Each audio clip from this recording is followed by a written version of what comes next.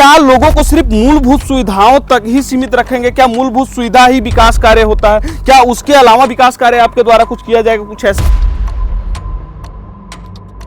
जनता आपको जिताती है तो क्या उसकी व्यवस्था सामुदायिक शौचालय की उत्तम यहाँ की लोगों को क्या संदेश देना चाहेंगे? लोगों को क्या?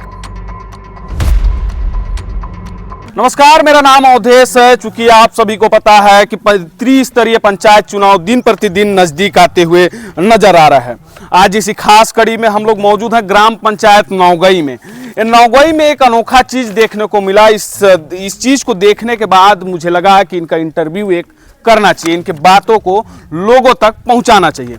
यहाँ पे एक इनका जो अनोखा चीज है वो 100 रुपए की स्टाम्प में लिखित तरीके से दे रहे हैं। दिखाऊंगा, थोड़ा दिखाएंगे जूम करके कि लिखित में अपनी घोषणा कहें या वादा कहें, इस तरीके से अपना वादा है। इनसे चर्चा करेंगे, इनसे जानेंगे कि आखिर ऐसा आप 100 रुपए की स्टाम्प में किए, क्या धीरे धीरे नेताओं के ऊपर लोगों को भरोसा उठ चुका है? क्या इनका विकास का कार्य एक अलग तरीके से रहेगा? सबसे पहले स्वागत है हमारे चैनल में। जी थैंक यू जी। अपना परिचय बताइएगा हमारे दर्शकों को। जी, मेरा नाम गोविंद सिंह पुष्पराज मयूर। मैं ग्राम पंचायत नौगई का निवासी हूं और मैं त्रिस्तरीय ग्राम पंचायत चुनाव में उम्मीदवार के रूप में यहाँ इलेक्शन कैंपेन करने के लिए लोगों के बीच में जा रहा हूँ। अच्छा, कौन से पद की चुनाव लड़ रहे हैं आप? जी, मैं सरपंच पद का चुनाव लड़ रहा हूँ। क्या क्या दावे कर रहे हैं आप? स्टाम्प में लेकर जा रहे हैं, लोगों तक घर घर तक पहुँच रहे हैं। स्टाम्प 100 रुपए की स्टाम्प में नोटरी करवा कर आप जा रहे हैं। क्या कुछ कहना चाहेंगे इसमें? जी, मैं जनता तक अपनी बात स्टाम्प जो मैं अपने स्टाम्प के माध्यम से जो अपना वचन पत्र दिया हूँ, असल में हुआ इस गांव में ऐसा है, आज तक जितने प्रतिनिधि यहाँ आए सभी का भूमिका इस गांव में निराशाजनक रहा। जो होना चाहिए था इस गांव में हर वर्ग के लोगों का जो कल्याण का काम किया जाना चाहिए वो शायद जो भूतपूर्व प्रतिनिधि रहे वो नहीं कर पाए। तो मैंने कहा कि भाई कुछ ऐसा करना चाहिए, क्योंकि हम समाज से बिलोंग करते हैं और सामाजिक दृष्टिकोण को अपनाते हुए कुछ इस तरह का काम करें कि एक नया इतिहास बने और आने वाले पीढ़ी को एक उदाहरण बने कि भाई समाज के लिए क्या काम करना चाहिए। तो इस हिसाब से मैं अपना वादा पत्र ये स्टाम्प के माध्यम से लाया ताकि मैं वचनबद्ध रहूं, लोगों को मुझ पर विश्वास बने कि मैं ऐसा कुछ कर सकता हूं। जी, तो क्या कुछ आप वादा कर रहे हैं? क्या कुछ लोगों तक जा रहे हैं? क्या कुछ वादा लेकर जा रहे हैं जो स्टाम्प में देखने को मिल रहा है? ये सारी चीजों को थोड़ा दर्शकों को बताइएगा, लोगों को बताइएगा। देखिए, मैं 9 बिंदुओं पर अपना विचार व्यक्त किया हूँ, लोगों के बीच में अपना वचन पत्र लाया हूँ। ये मेरा कोई घोषणा पत्र नहीं है बल्कि एक वचन पत्र है, एक वादा पत्र है जनता को मेरा कि अगर मुझे प्रतिनिधित्व का अवसर मिला यहाँ एक सरपंच के रूप में, तो सरकार के तरफ से जो बजट योजनाएं आती हैं, जो योजनाएं बजट के अधीन आती हैं, उसके अंदर तो सभी प्रतिनिधि करते हैं, जो कर पाते हैं कुछ कर पाते हैं, कुछ नहीं भी कर पाते हैं। लेकिन इनसे ऊपर उठकर गांव में कुछ विकराल समस्याएं हैं जिसको आज तक कोई प्रतिनिधि नहीं कर पाया। जैसे कि मान लीजिए कि कुछ जमीन विवाद है, जो राजस्व त्रुटि सन 93 में हुआ, सन 1993 में हुआ, उसको ठीक करने के लिए कोई प्रतिनिधि सामने नहीं आया। हर परिवार एक दूसरे से विवाद उत्पन्न करके आपस में झगड़ा कर रहा है। विवाद ऐसा विकराल है कि इसका समझौता नहीं कर पा रहा है। अब हो ये गया कि गरीब तबके के लोग यहाँ रहते हैं। अब कोई पटवारी या तहसीलदार या न्याय का दरवाजा खटखटाने के लिए हर कोई सक्षम नहीं है। तो गांव में एक चौपाल लगाकर सरपंच के प्रतिनिधित्व में, ग्राम पंचायत के प्रतिनिधित्व में कुछ इस तरह का फैसला लिया जाए कि लोगों को सुचारू रूप से उसका लाभ मिले। जी, कुछ ऐसा ही सोचकर मैं यहाँ आया हूँ। बाकी तो शासन की योजनाओं के तहत उनके बजट के अंतर्गत आने वाले योजनाओं का तो संचालन कंटिन्यू चलेगा। जैसे नल जल व्यवस्था हो गया, आवास योजना, प्रधानमंत्री आवास योजना हो गया, सड़कों का सुधार, वो तो मेरी योजना में है ही।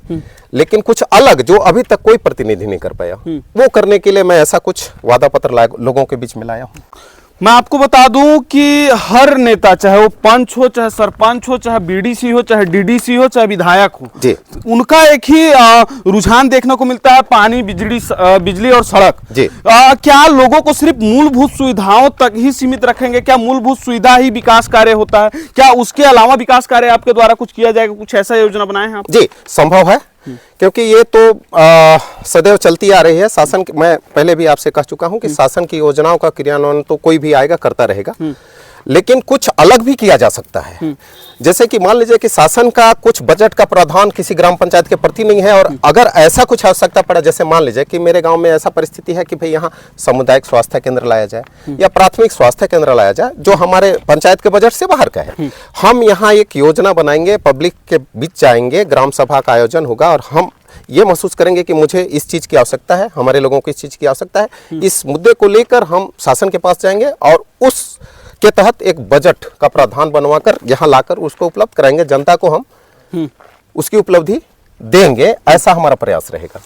आप अपनी योग्यता और लोगों को क्या संदेश देना चाहेंगे? आप अपनी योग्यता के बारे में भी बताएंगे और लोगों को क्या संदेश देना चाहेंगे? जी, मैं अपनी योग्यता के बारे में ज़्यादा कुछ नहीं कहना चाहूँगा। मैं यही कहना चाहूँगा कि मैं लोगों के बीच में जन्मा पला बढ़ा और लोगों के स्थिति परिस्थिति और मजबूरी को, हर तबके के लोगों को, जैसा कि गरीब, किसान, मजदूर, महिलाएं, माताएं, बहनें, बुजुर्ग, निःशक्त, सभी के स्थिति और परिस्थिति को समझा और इतना बड़ा हुआ। और इससे मैं यही योग्यता समझा कि शायद मेरी योग्यता लोगों को काम आए कि मैं उनका सेवा करने का अवसर प्राप्त कर सकूं। इस दिशा में सोचकर मैं प्रतिनिधित्व करने के लिए आज एक उम्मीदवार के रूप में, सरपंच के उम्मीदवार के रूप में मैं इस गांव में खड़ा हूं। अच्छा जी, यहाँ की लोगों को क्या संदेश देना चाहेंगे? लोगों को क्या कहना चाहेंगे? मैं पढ़ा लिखा हूँ, गांव, घर, परिवार और मेरे माता पिता के सहयोग से, उनके आशीर्वाद से आज बीई होल्डर हूं और आज मैं गांव में एक किसान के रूप में जाना जाता हूं और मैं लोगों के बीच में चुनावी कैंपेन में शामिल हुआ है एक सरपंच उम्मीदवार के रूप में। और मैं लोगों को ये संदेश देना चाहता हूं कि मेरा जो अभी चुनावी कैंपेन में जो मेरा छाप है वो फल सहित नारियल का पेड़ छाप है। अगर इस छाप में, नारियल के पेड़ छाप में, अगर जनता मुझे समर्थन देती है, जनादेश देती है, तो मैं जो वादा करता हूं उसको पूरा करने का भरपूर कोशिश करूंगा और मेरा प्रयास रहेगा कि मैं इस समाज को एक नया दिशा दे पाऊं। जी, ये आप लोगों ने सुना इनकी बात। नगोई के सरपंच पद के प्रत्याशी हैं। दूसरी चीज, आपको एक आखिरी सवाल करना चाहूंगा। मैं इस क्षेत्र में अक्सर आया करता हूं, इस गांव में अक्सर आया करता हूं। यहाँ पे सामुदायिक शौचालय की एक अहम जरूरत मुझे दिखती है। जी, क्या आपको भी दिखती है? यहाँ की लोगों की दिक्कत है? बेशक दिखती है, लोगों का दिक्कत है। और सामुदायिक, आपने क्या कहा था? सामुदायिक शौचालय। सामुदायिक शौचालय जो आप कहे थे, ऐसा कुछ निर्माण हुआ भी है यहाँ जी, लेकिन उसका उपयोग नहीं हो रहा है। और असल में क्या होता है कि सामुदायिक शौचालय का ढांचा बना देने से उसका उपयोग नहीं हुआ करता है। एक्चुअली वहाँ पर जो मूलभूत आवश्यकता होती है, नल जल की कैसी व्यवस्था है, वहाँ स्वच्छता, सुंदरता और लोगों का सुविधा के अनुसार क्या व्यवस्था है, के आधार पर ही उसका उपयोग कर पाएंगे लोग। ऐसा नहीं है कि शासन ने योजना बनाया कि सामुदायिक शौचालय बनाया जाए। क्या अगर यहाँ की जनता आपको जिताती है तो क्या उसकी व्यवस्था, सामुदायिक शौचालय की उत्तम व्यवस्था आप करवाएंगे? बेशक करेंगे। मैं तो कहता हूं कि हर काम को उत्तम तरीके से करूंगा। यही वचन पत्र तो लेके मैं आया हूं। जी, आप लोगों ने देखा है नगोई के सरपंच पद के प्रत्याशी हैं। इस तरीके से अपनी बातों को बाखूबी रखा और लोगों से भी अपील करना चाहूंगा कि 23 फरवरी को मतदान दिवस है, सभी लोग अपने मत का प्रयोग करें और एक पढ़े लिखे शिक्षित उम्मीदवार का चयन करें जो आपके सुख दुख में साथी बन सके, सुख दुख में खड़ा रह सके। मैं किसी व्यक्ति को या किसी पार्टी को चुनाव में वोट देने के लिए नहीं कहूंगा, लेकिन यह जरूर कहूंगा कि ज्यादा से ज्यादा संख्या में अपना मत का प्रयोग करें। बाकी इधर यह वीडियो देखकर आपको कैसा लगा, कमेंट बॉक्स में अपना सुझाव जरूर दें। तब तक के लिए जय हिंद।